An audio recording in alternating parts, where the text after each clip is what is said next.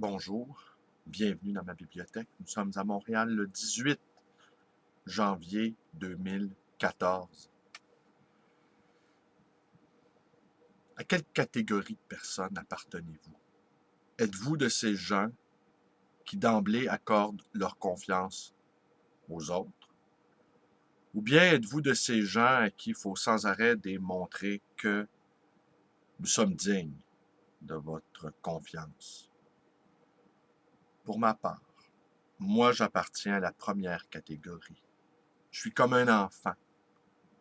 D'emblée, je fais confiance aux gens. Et après, ça dépend d'eux. Évidemment, personne n'est parfait. Nous avons tous quelques défauts, quelques traits de caractère qui peuvent irriter. J'en appelle à la mansuétude des autres.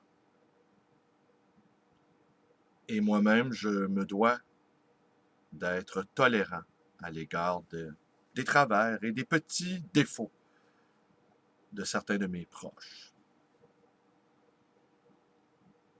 Voilà. Alors, à quelle catégorie appartenez-vous? Mais, assurément, c'est pas de ça dont je veux vous parler aujourd'hui. Je vais vous lire un petit passage tiré de cet ouvrage. 4 entretiens avec Paul Ricoeur, Jacques Ellul, Jean Carbonnier et Pierre Chaunu. 4 penseurs appartenant, 4 théologiens même, historiens, philosophes, appartenant au protestantisme. Il va de soi que j'offre cette petite vidéo à mon ami Bruno Sinotte, qui est un intervenant spirituel. Il travaille dans un hôpital et il accompagne les malades dans leur maladie, il va les visiter dans leur chambre. Et parfois, il les encourage, parfois, il ne dit rien. Il ne fait que les écouter. Ou parfois, j'imagine, aucun des deux ne parle. Simplement une présence amie dans un lieu de souffrance, comme un hôpital, peut être suffisant. Alors, le passage que je vais vous lire, c'est Jacques Ellul, le grand penseur, même si lui-même ne se qualifie pas de penseur, le grand penseur de la technologie et également des institutions. Comment les institutions se sont mises en place dans notre société. L'histoire des institutions. C'est intéressant, ça. On les a intériorisées, ces institutions-là, mais elles sont des fabrications de l'esprit humain. Finalement, ce que vous proposez, c'est vraiment une recherche, non pas de non-violence, mais de non-puissance, de non-pouvoir. Ok, je me répète, ce que Blanchot appelait l'impouvoir. En fin de compte, ce n'est pas une vision, pour le coup, très chrétienne.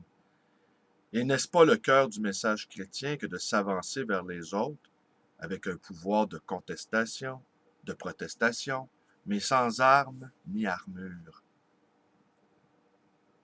Sans armes ni armure, c'est bien là une de mes formules favorites. Or, si l'Église avait joué son rôle, elle aurait incarné, effectivement, ce contre-pouvoir en face des forces politiques, en disant non et il faut, quand il y avait lieu de les dire et en apprenant au pouvoir ce qu'il y a à faire. Alors que l'Église s'est laissée absorber par le pouvoir dont elle est devenue ce contrefort. Il s'agit là d'une sorte de corruption du christianisme par la puissance. Oui, et puis c'est un christianisme transformé en religion, en appui, en organisation sociale. Il est extraordinaire de penser à cette société issue du christianisme où il n'y a plus rien chrétien. le christianisme comme message d'extrême fragilité qui se traduit par la société la plus puissante. Exactement. C'est vraiment un des défis de l'histoire que de se trouver en présence d'un message qui était, au préalable, un message d'amour et de fraternité. Un message où l'on s'offre soi-même comme gage de ce que l'on dit et de l'avoir transformé en pouvoir social et organisé. Je ne m'en suis jamais consolé.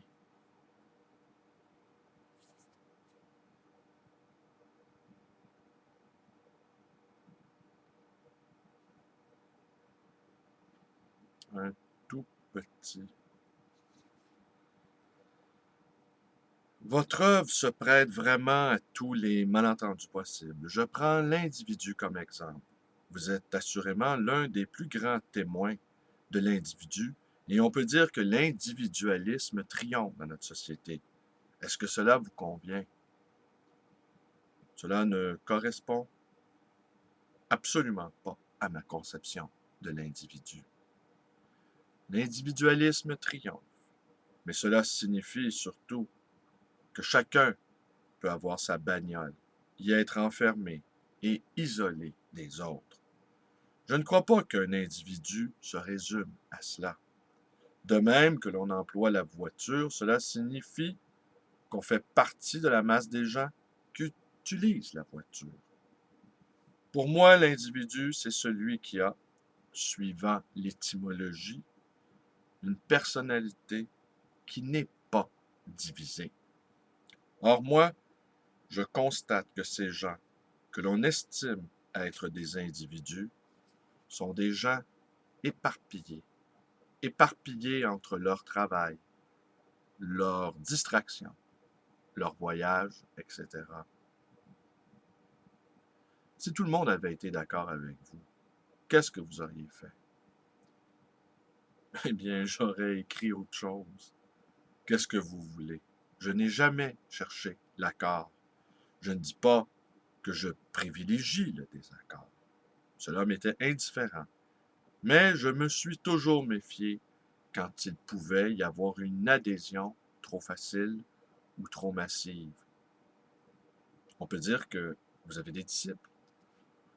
Non, je n'ai jamais voulu avoir de disciples et je pense que je n'en ai pas. Je ne veux pas être entouré de gens qui considèrent que ma parole contient une vérité. Non. Vous le craignez pour eux, mais est-ce que vous ne le craignez pas pour vous aussi, d'une certaine manière?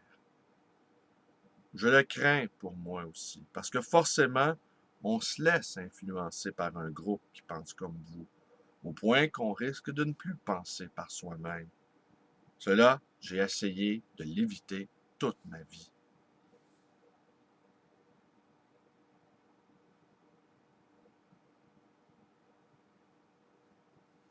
Je suis frappé du fait que vous êtes un historien et spécialiste des institutions et que vous n'en laissez pas pierre sur pierre.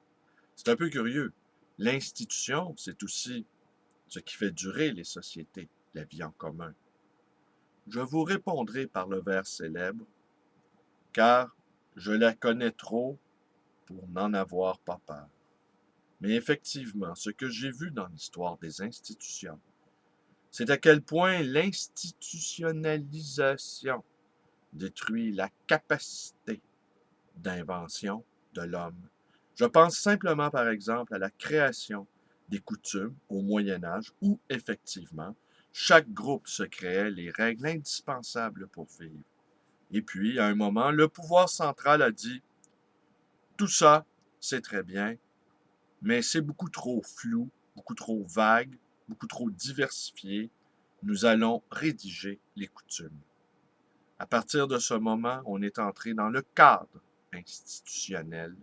Les coutumes n'ont plus évolué et les gens ont perdu la capacité d'inventer leur mode de vie. La difficulté de notre société actuelle, c'est que le pouvoir politique est pratiquement inexistant, Alors que l'administration est un pouvoir d'une puissance fantastique. Réussir à établir un contre-pouvoir en face d'une administration, c'est très difficile. Parce que l'administration est multiforme. Une administration renvoie toujours à une autre.